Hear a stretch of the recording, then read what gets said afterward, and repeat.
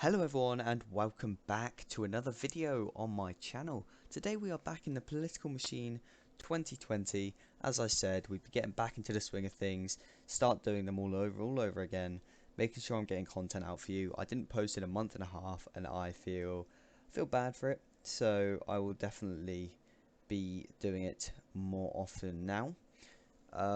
So today I'm going to be playing as a Democrat, obviously on the hardest difficulty.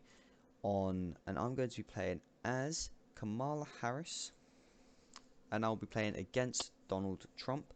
This is sort of a what if scenario for 2024 as suggested, and I'll be putting the results of this into a YAPS 2024 map and seeing what the electoral map would look like that way. So yeah, let's get into this. I'm just going to quickly see, just in case it starts lagging, see if I can VSync on. No, okay, that's fine. I don't want it to lag for you guys, so we'll see. So I will be playing as Kamala Harris and as Donald Trump. It's sort of a what if Donald Trump came back and tried to run, I guess. And we'll just see how it goes, because it's definitely going to be interesting. So there are some states we're going to want to have. Pennsylvania, Michigan, and Wisconsin are a few of them, as well as Minnesota. These would be super handy to have on side. If we can get them over, we're pretty much set, because the Rust Belt decides a lot of elections, and of course we're going for these because we need the events. The events are amazing in this game. Events just save it, honestly. So if you're ever playing and you see an event, go for it. On ones like this one, don't get the intimidators. Intimidators are so bad. But trust me, they don't actually do anything. Ideology points at the start are what you want, so make sure that's what you go for. Because ideology points gets you enthusiasm, gets you stances, and it's just all around really good to have, because it just helps you. For example, if there's a stance that Michigan really like, and I do a ideology for it, if I do it, it will give me 50 issue stance, and it will just give me a massive bonus against Trump with that issue. And that is, of course, what we want. I'm going to spend the first couple of weeks building up HQs, trying to lock down what we have at the moment. We're playing a good day. This coronavirus is saying scary stuff. What should we do to keep our country and our people safe? Don't panic and listen to our experts. You be president, isn't that you? Public health officials. When I was growing up, I thought America was the greatest, unquestioned. Now it's questioned all the time. What do you think? Is America slipping, or are people being unfair? It's unfair to criticize everything we've done. That's right. How do you make people be nicer? We can make America better. That went well. We got 4 ideology points, and as said, I'm going to this. And next will be reducing wealth inequality. Because even if they don't like the issue stance that I'm doing, they still gain enthusiasm. So it just helps in that way. I just turned my mic up because I was told I was very quiet episode, I guess. So I've just turned my mic up, so be prepared for that. We will try for Georgia. I mean, may as well try for Georgia. No reason not to. IRL, she could win Georgia if she ran. I'm not saying Biden won't be running. I think he probably will at the end of the day.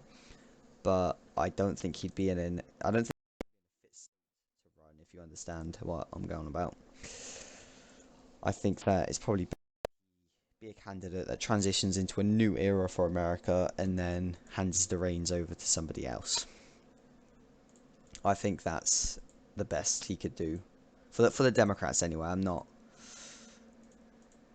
And equally, Trump, the best thing he could do is not run, because all he's going to do is hurt the Republicans' chances. And if he runs in the Patriot Party, which he wants to do, he will certainly be splitting votes and basically guarantee whoever runs as a Democrat, even if it's Mayor Pete, he could win, because Trump would just be splitting the vote like crazy. So he just needs to be smart if he wants to do it. I mean, personally, I think he will try, at least, but I reckon he'll be banned from running for public office, so it'll all be sorted that way. And I don't know if you even care about my rants, but I'm just going rant about day-to-day stuff, and I hope you like him, I guess.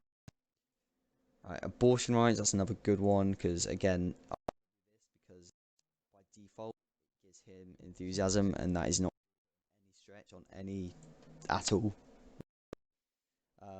So yeah, I'm not going for that. Saving the middle class just helped me in Arizona and Pennsylvania. Let me get this one too. So we're on 13 now, and I'll be doing education because all these others do accept this one. So actually, scratch that. I'm going to go for protecting the environment because it gives me a higher stance. There is a higher issue importance. People care about it more. And then now I'll go for addressing climate change, and then I think we'll be at the point in our tree where we're sort of at its pinnacle of. I don't think we'll do much more than that. It just gets to a point where all of them just give him, and there is literally no point to doing it. So let's get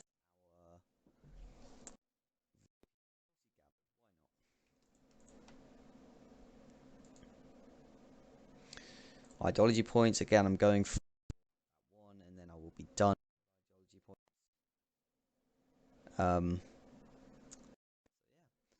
So we got these all locked down. Kentucky, Tennessee, somehow a blue. I don't quite understand it. Stopping COVID times 2.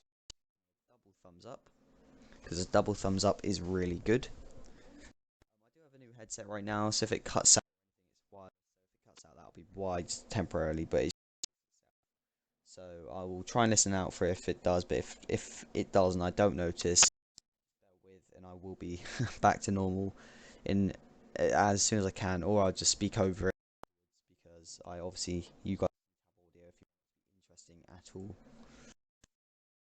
Go to Minnesota and get more fixes is what we need. We're preparing for the swarm. AI fixes, no, not fixes, agents that are, because it's guaranteed at this point that they're going to be here. It's just preparing for it.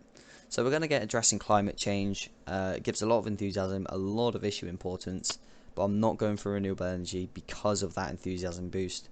And other than that, I think I'm done. I might go for education, but honestly, at this point, it's probably just worth doing speeches with my energy, and building HQs and flying around. I don't think education is.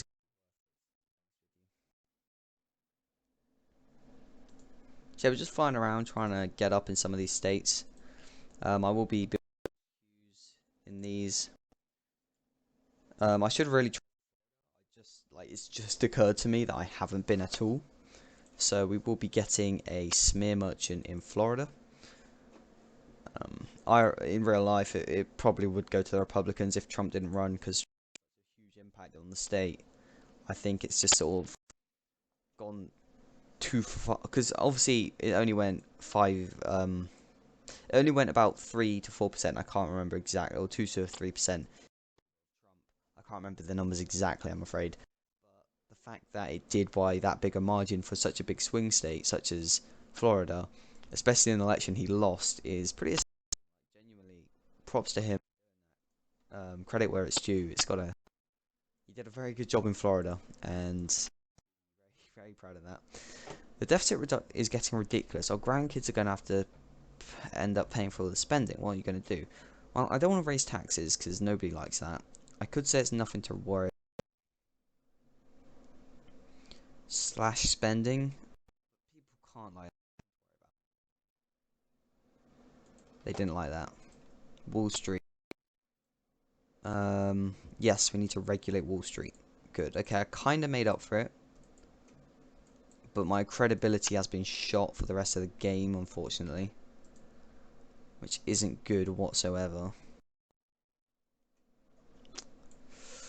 Okay, let's get the operatives. As I said, I'm going for operatives. So that's not good at all. But I also have fixers, which I. I won't be using it on the Illinois smear merchant because there's no point really. There really isn't any point.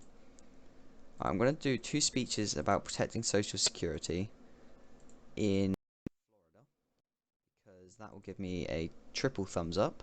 I'll also talk about NASA, and I will put a spin doctor in the state. They did just take out my spin doctor and place a smear merchant of their own, which isn't good at all.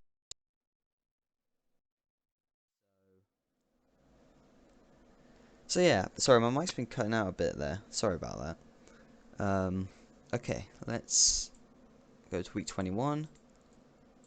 I don't know why. Okay, so I'm back. My headset died, I'm afraid, so I will continue the video with it plugged in. The audio quality might be different, and I'm very sorry if it is, but I'll have it charged for next time. I thought I already charged it, but yeah, let's get into this. So, Iowa, we are up, but I will be flying there to secure it, if we can. Alright, Michigan, we are down. Is Trump actually winning? No, he's not actually winning at the moment. So I'm gonna try and get Ohio. I think that's what I'm gonna do. Let's get a smear merchant. And let's send them into Ohio, which puts us up. West Virginia, we're down by too big a margin to even try. Kentucky, we could try and flip, which we have. Arkansas, we're up. Louisiana, we're up. Oklahoma, we're down, but we could try and flip it. We talk about stopping Corona, not quite enough, I'm afraid. Fighting Nebraska and then back to Oklahoma. We are now up in Oklahoma. Alaska's not even competitive. Michigan, again, we are behind, but I think that's just a sacrifice I'm going to have to take. But yeah, this should be an easy win for us right here. So let's get into the election, shall we? So obviously the Northeast wasn't really contested. I don't know why they have a smear merchant in Vermont or New Jersey. They weren't even going to compete in either of those states. North Carolina, they had so many agents there and they did win it, unfortunately. Our grip on the South kind of faded into South Carolina. Ohio did go blue though. Kentucky didn't. We kind of lost our competitiveness there. Michigan, they flooded with agents. There was nothing I could do at the end. But all these other states, Louisiana should, Arkansas should. I can't remember Missouri, but apparently it should. Iowa actually went red. That's worrying. Although it's not because of the amount we've won. Yeah, sorry. I thought it was a closer election than it was. I'm just used to the previous one. We did win the popular vote by about 9%, which is always good. Arizona wasn't really competitive at all. Neither Nevada or Washington or Oregon. California, of course, it wasn't. And Hawaii. So there you go. This is the election as of the Political Machine 2020. Let's take a look at some of the interesting states. Arizona went by 13%. That's crazy. Trump hardly even tried for it. He really should have, but he just didn't. Oklahoma by less than 1%. Nebraska by 3%. Minnesota by 19%. That's crazy. Wisconsin by 17%. That's like Obama numbers. Missouri by 9%. Arkansas by 3. Louisiana by 3. Tennessee by 5. South Carolina by 9. Virginia by